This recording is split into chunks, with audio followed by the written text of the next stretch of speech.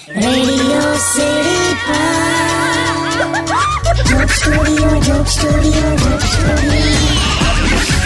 નમસ્કાર, welcome back on radio city joke studio with Kishore Kaka. તને ખબર છે શું? રામે ધનુષ તોડ્યું ને તો સીતા દોડીને આવી, કૃષ્ણએ વાંસળી વગાડી તો રાધા દોડીને આવી. મેં ખાલી આને સીટી મારીને તો આના બાપાને લઈ આવી. પછી કઈ નહીં, જો લગન થઈ ગયા ને અમારા.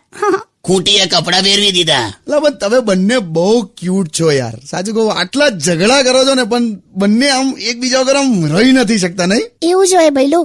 તને ખબર છે ઝઘડો કરવાથી પ્રેમ વધે. પણ આ વસ્તુ જે સમજે ભાઈ.